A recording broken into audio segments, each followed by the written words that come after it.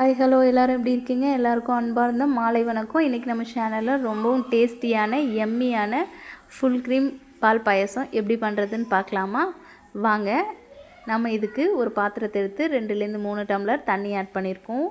நான் வந்து ஆவினோட full cream milk 1.5 litre add பண்ணுறேன். 1.5 லிட்டர் ஆட் பண்ணி நல்லா சூடு பண்ணிக்கோங்க. நீங்கள் எந்த பால் வேணாலும் சேர்த்துக்கோங்க. பால் நல்லா சூடாகட்டும். பால் சூடாகிற டைமில் நம்ம ஒரு பேன் எடுத்துக்கலாம். பேன் எடுத்து அதில் 2லேருந்து 3 ஸ்பூன் நெய் விட்டுக்கோங்க. நான் பேம்பினோவோட ரோஸ்டட் சேமியா வாங்கியிருக்கேன். அதையுமே அதில் ஆட் பண்ணி நல்லா ரோஸ்ட் பண்ணி எடுத்துக்கலாம். இந்த மாதிரி ரோஸ்ட் பண்ணுறனால சேமியா வந்து ஒன்றோட ஒன்று ஒட்டாமல் இருக்கும். இப்போது நம்ம பால் நல்லா சூடாயிருச்சு. இந்த ஸ்டேஜில் நான் ஒரு 1/4 கிலோ ஜவ்வரிசியை வாஷ் பண்ணி எடுத்திருக்கேன். அதையுமே அதில் ஆட் பண்ணிக்கலாம். ஆட் பண்ணி கொஞ்சமாக ஏலக்காய் போட்டு 2யும் சேர்த்து நல்லா வேக விடுங்க. நல்லா வேகட்டும். ஜவ்வரிசி ஒட்டாமல் கிண்டி விடுங்க.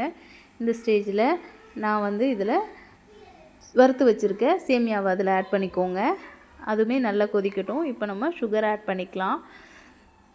சுகரையுமே உங்கள் ஸ்வீட்டுக்கு ஏற்ற நீங்கள் ஆட் பண்ணிக்கோங்க. அடுத்து கொஞ்சமாக நான் இதில் கண்டென்ஸ் மில்க் சேர்க்குறேன். அது பாயசத்துக்கு ரொம்ப ரிச் டேஸ்ட் கொடுக்கும்.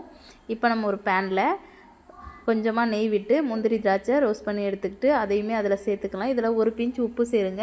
உப்பு சேர்த்தா தான் பாயாசத்துக்கு நல்ல சூப்பராக இருக்கும். ட்ரை பண்ணி பாருங்கள் எவ்வளோ சூப்பராக வந்திருக்குன்னு.